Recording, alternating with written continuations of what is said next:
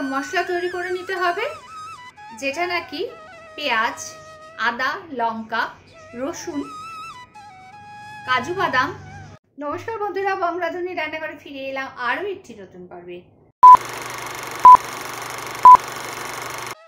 প্রথমে কাতলা মাছ নেব।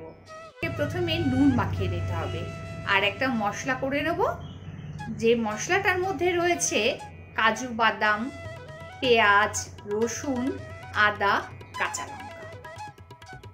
এই মশলাটাকে একবারে ভালো করে পেস্ট করে নেব ঘরে পাতা দই দিয়ে। এই দইটা আমি সবসময় নিজে ঘরে পেতে রাখি, কারণ প্রত্যেক দিনই আমার রেসিপি করতে লাগে। তো দইটা আমার ঘরে সবসময় থাকে, আমি নিজে হাতে বাড়িতে বানিয়ে নিই দইটা।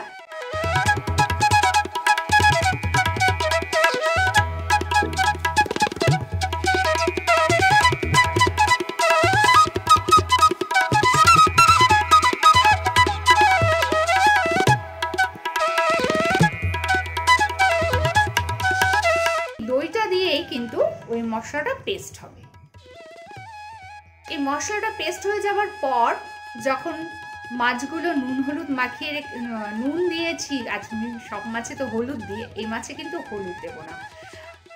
নুন দেয়া মাছগুলোর মধ্যে এই মশলাটা দিয়ে 1.5 ঘন্টার জন্য ম্যারিনেট করে রাখছি। এর মধ্যে একটু নুন আর একটু শুকনো লঙ্কার গুঁড়ো দেব হালকা। আপনারা শুকনো লঙ্কা ব্যবহার করতে পারেন, আমি শুকনো লঙ্কা ব্যবহার করিনি, আমি কাঁচা পাকা লঙ্কাগুলোই ব্যবহার করেছি। তো একটু সামান্য আমি শুকনো লঙ্কার গুঁড়ো দিলাম।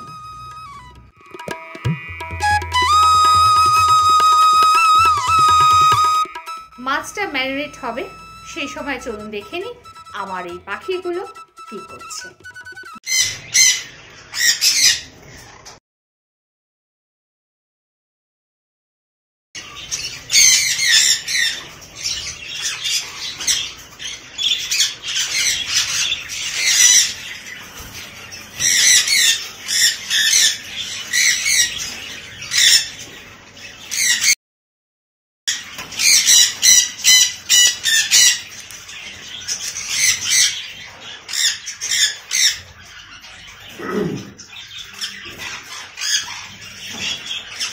যাই হোক, 1 ঘন্টা হয়ে গেছে, 1.5 ঘন্টার কাছাকাছি, 1 ঘন্টা 15 মিনিটের মাথায় আমি নিয়ে নিলাম। আমার কাছে একটু সময় কম আছে, আপনারা যদি আরও বেশি সময় রাখতে চান রাখতে পারেন, তাতে কোনো অসুবিধা নেই। আমি এবার শুরু করে দেবো। একটা কড়াইতে ঘি দিয়েছি আর তেল দিয়ে গরম করে নিয়েছি ফ্রাই প্যানের মধ্যে। 1 চামচ ঘি আর 2 চামচ রিফাইন তেল রয়েছে। আমার এই যে মশলা মাখানো মাছগুলো, সেখান থেকে মশলার থেকে একটু তুলে নেব। তুলে নিয়ে এগুলোকে একটা একটা করে ভেজে নিতে হবে। এবার বন্ধুরা দেখুন, ভাজা হবে, এপিট ওপিট করে ভালো করে ভেজে নেব। যেহেতু এটা মানে ভেজেই রান্না হবে, সেই কারণে এটা একটু বেশি করেই ভেজে নিতে হবে, যে ভেতরে কাঁচা না থাকা পর্যন্ত, যেন কাঁচা না থাকে, যেন ভালো করে সেদ্ধ হয়ে যায়, এরকমভাবেই ভেজে নেব। এবার বন্ধুরা যারা দেখছেন ভাবছেন হয়তো মাছটা কালো হয়ে গেছে, পুড়ে যাচ্ছে, আপনারা ভাবছেন, কিন্তু এটা পুড়ছে না। এটা মাছ ভাজা হয়ে গেলে তুলে নিয়ে ডাইরেক্ট পরিবেশনের পাত্রে রাখছি। এইবার এই যে মাছ ভাজার পর যে তেলটা থাকছে, সেই তেলটার মধ্যেই কিন্তু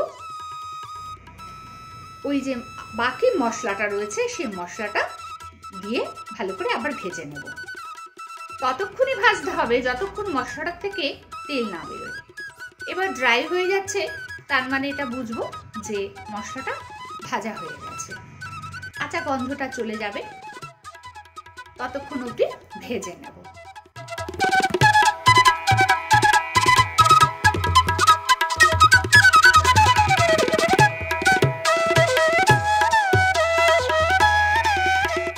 এখানে মশলার আন্দাজে একটু নুন দিয়ে দিলাম।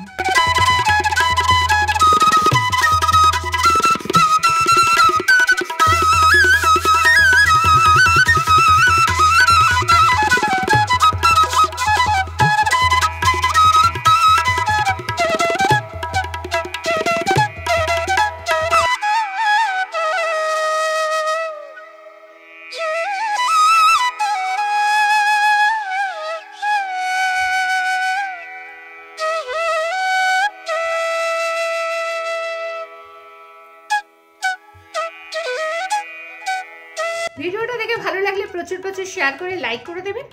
আজ এই পর্যন্ত, ফিরে আসছি পরবর্তী ভিডিও নিয়ে। পরবর্তী সময় ভালো থাকবেন, সুস্থ থাকবেন। আমার সঙ্গে থাকার জন্য, সম্পূর্ণ ভিডিওটা দেখার জন্য অনেক অনেক ধন্যবাদ।